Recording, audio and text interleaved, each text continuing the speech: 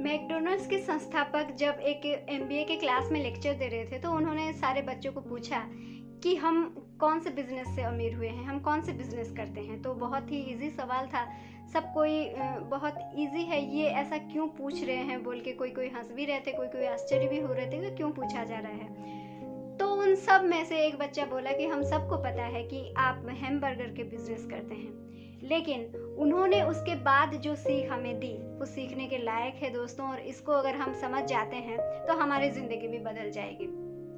उन्होंने बोला कि हम हैमबर्गर की बिजनेस नहीं करते, हम रियल एस्टेट की बिजनेस करते हैं। और कई दिन बाद पता चला कि वो वर्ल्ड के सबसे बड़े रियल एस्टेट बिजनेसमैन बन गए थे। किस तरह से? देखिए, जहाँ जहाँ पर उनकी कंपनी बैठ रही थी, जहाँ जहाँ उनकी फ्रेंचाइजी बढ़ रही थी, वो कंपनी जो बना रहे थे ना, वो नीचे की जमीन किसकी थी? उन्हीं की थी। तो वो कौन सी बिजनेस कर रहे थे? रियल एस्टेट की बिजनेस। तो देखिए, उनका इनकम तो हो रहा था उस बिजनेस से, लेकिन वो अमीर किससे बन रहे थे? रियल एस्टेट से। समझ में आ रही है?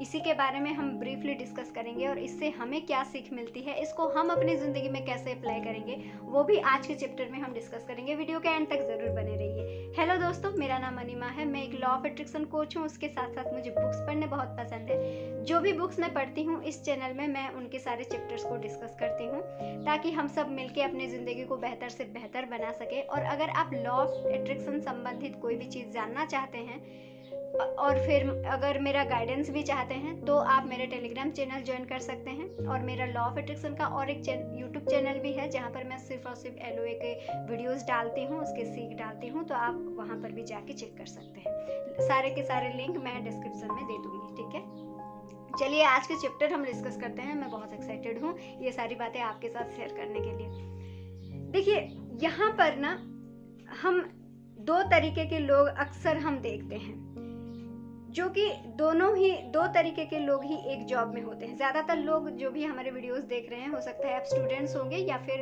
आप जॉब कर रहे होंगे, कोई छोटे मोटे बिजनेस कर रहे होंगे, आप कुछ भी कर रहे होंगे। ज़्यादातर आप देखेंगे दो तरीके सोच के लोग देखते हैं।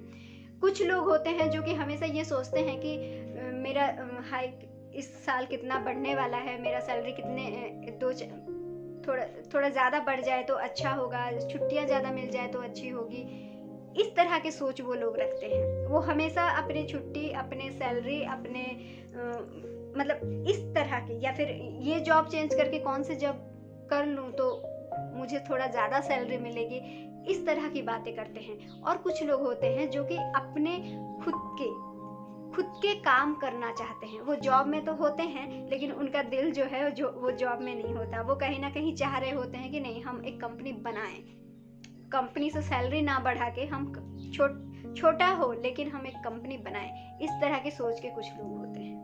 तो इन दोनों में फ़र्क क्या होता है पता है? वो जो लोग होते हैं कि सिर्फ सैलरी बढ़ाने में, छुट्टियां मांगने में, कहीं पर कुछ ये खरीद के ये बेच दे, ऐसे कुछ करके थोड़ा सा इनकम बढ़ा दे, जॉब चेंज करके थोड़ा इनकम बढ़ा दे, जो लोग इस तरह का सोच रखते हैं वो मिडिल क्लास ही रह जाते हैं। ये मिडिल क्लास सोच है। देखिए, मिडिल क्लास और या फिर अमीर बनना ये एक सोच है।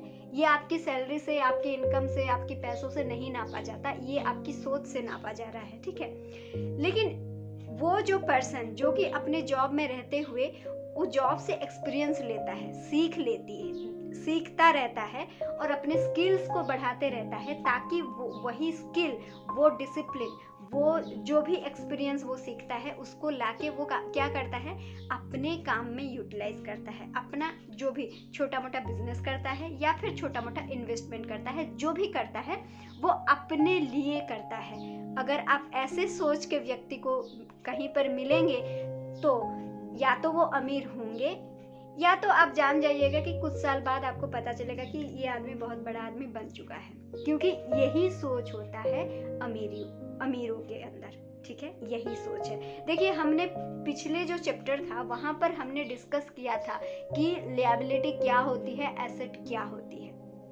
इस चीज़ को समझना हमारे लिए बहुत ज़्यादा ज़रूरी होता है कि हमारा पैसा जा कहाँ रहा है, किस तरह से हम पैसे को खर्चा कर रहे हैं। देखिए, आप कितना कमा रहे हैं, कितना आपका इनकम है, किस आपकी सैलरी कहाँ से आ रही है, इससे ये तो महत्वपूर्ण है, इससे ज्यादा महत्वपूर्ण ये है, इस चीज से ज्यादा महत्वपूर्ण ये है कि आपके पैसे जो है किस कॉलम में जा रहे हैं, एसेट वाले कॉलम में या लिएबिलिटी वाले कॉलम में। ठीक है, ये ज्यादा महत्वपूर्ण है। अगर आपके पैसे संपत्ति वाले जो स्तंभ है, संपत्ति वाले कॉलम में अगर ज्यादा जा रहे हैं तो आप अमीरी की तरफ आगे बढ़ रहे हैं, और अगर दायित्व की तरफ ज्यादा जा रहे हैं तो फिर आप गरीबी की तरफ बढ़ रहे हैं। ठीक है, मिडिल क्लास ट्रैप में ही फंसे रहेंगे। ठीक है, तो देखिए ये चीजें क्या होती है, डिपेंड करती है कि हम अपने पैसे को कहाँ लगा रहे हैं, है ना।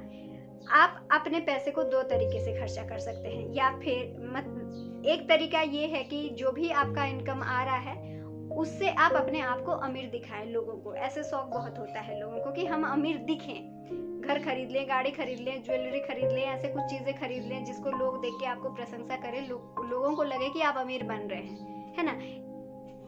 इस तरह से खर्चा कर सकते हैं, या फिर आप अपने खर्चे को थोड़ा सा कम करके, लिएबिलिटी को थोड़ा सा कम करके उस पैसे को आप संपत्ति बनाने में लगा सकते हैं।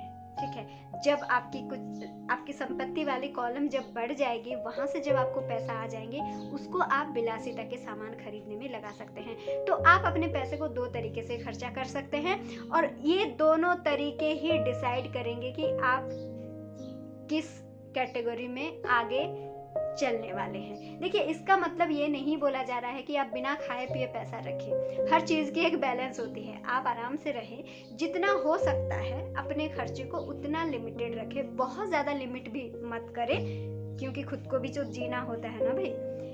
तो अपने खर्चे को जितना लिमिट हो सकता है उतने लिमिट में रखें।